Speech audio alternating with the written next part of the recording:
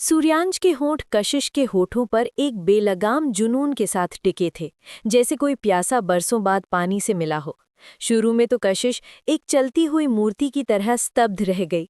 उसके सारे विचार जम से गए थे, पर अब उस स्पर्श की तीव्रता ने उसे उसकी वास्तविकता में वापस खींच लिया। उसने अपने अंदर की सारी शक्ति बटोरी और सूर्यांश को खुद से दूर धकेल दिया। वो हाँफ रही थी, उसकी आवाज में एक तीखी हड़बड़ी थी। ये आप क्या कर रहे हैं?"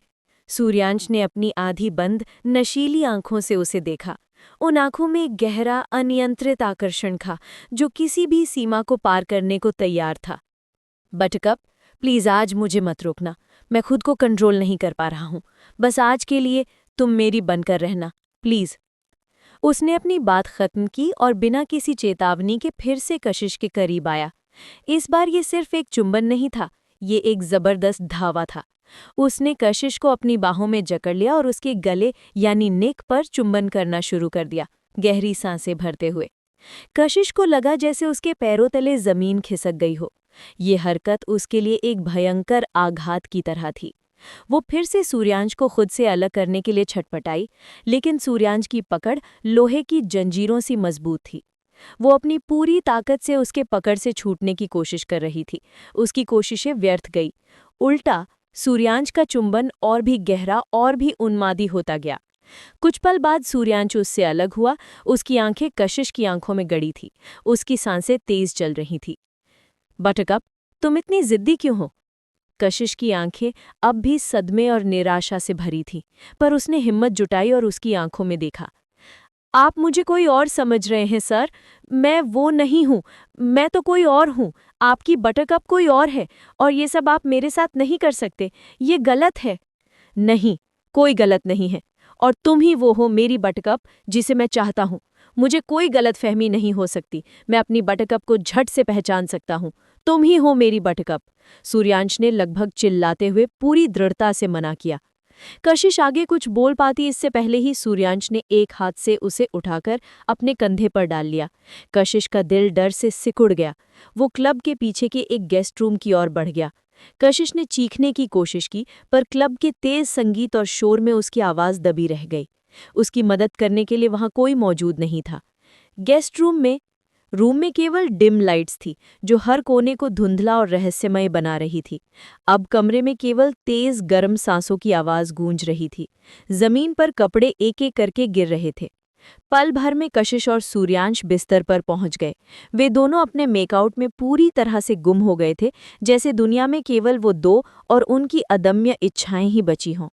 सूर्यांश के होंठ एक समुद्री लहर की तरह कशिश के शरीर पर तैर रहे थे।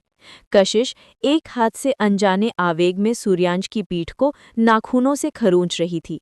सूर्यांश ने एक पल के लिए रुककर उसकी तरफ देखा। "बटरकप, तुम्हें अच्छा लगेगा जैसे जैसे हम आगे बढ़ेंगे, पर शायद तुम्हें दर्द हो सकता है।" कशिश ने हैरानी से उसकी तरफ देखा। "मतलब? आपको कैसे पता कि मुझे दर्द होगा?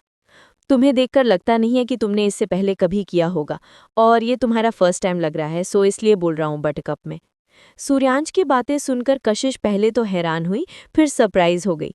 वो इस सोच में गुम थी कि इस लड़के ने इतनी आसानी से कैसे पहचान लिया कि ये उसका पहला अनुभव है, और ये ऐसा व्यवहार कर रहा था जैसे उसने ये सब बार बार किया हो। पर अभी ये वक्त इन सब बातों को सोचने समझने का नहीं था। कशिश ने अपना सिर झटका और खुद को पूरी तरह से छोड़ दिया। उसने सूर्यांश के चुंबन का साथ देना शुरू कर दिया। उस कमरे में अब तेज सांसों के साथ साथ कशिश की दबी हुई आहें आने लगी। यहाँ तक कि सूर्यांश भी आज अपनी बरसों की हवस कशिश के ऊपर उतार रहा था। उसे काफी समय हो गया था उसने ये सब नहीं किया था। कशिश और सूर्यांश दोनों नशे में थे, लेकिन कशिश से कहीं ज्यादा सूर्यांश नशे में था। उसे कशिश का चेहरा याद नहीं था, ना ही उसने ठीक से देखा था, पर कशिश को सूर्यांश का चेहरा स्पष्ट रूप से याद था।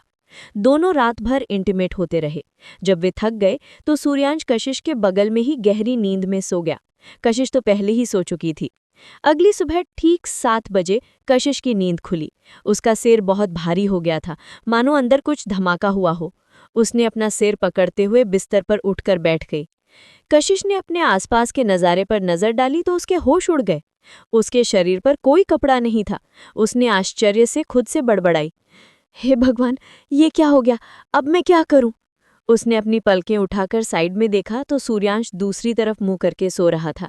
कशिश तेजी से बिस्तर से उठी और बड़बड़ाते हुए बोली, ये उठने से पहले मैं यहाँ से निकल लेती हूँ। कोई बड़ा कांड होने से अच्छा है मैं कट लूँ यहाँ से। मेरे लिए यही अच्छा होगा। कशिश ने नीचे फर्श पर बिखरे अपने कपड़े उठाए और फटाफट पहन लिए। उसे बस इतना याद था कि कल एक लड़के ने उसे किस किया और फिर जबरदस्ती गेस्ट रूम में ले आया। उसके बाद क्या हुआ था ये उसे ठीक से याद नहीं था। कशिश ने एक बार फिर से सूर्यांश का चेहरा देखा। वो सोया हुआ था। सूर्यांश को देखते हुए वो मन ही मन में बोली, लड़का तो बड़ा हैंडसम है, काश ये मेरा बॉयफ्रेंड होता। पर खैर छोड़ो, बॉयफ्रेंड ना सही पर इसके साथ वन नाइट स्टैंड हो गया, वो भी गलती से। अच्छा है इसने मेरी मदद की थी, इसलिए ये बुरा नहीं हो सकता। ये सोचकर कशिश उस गेस्ट रूम से बाहर निकल गई। वो सड़क पर आई और एक ऑटो का इंतजार करने लगी। वो तुरंत इस जगह से दूर चली जाना चाहती थी।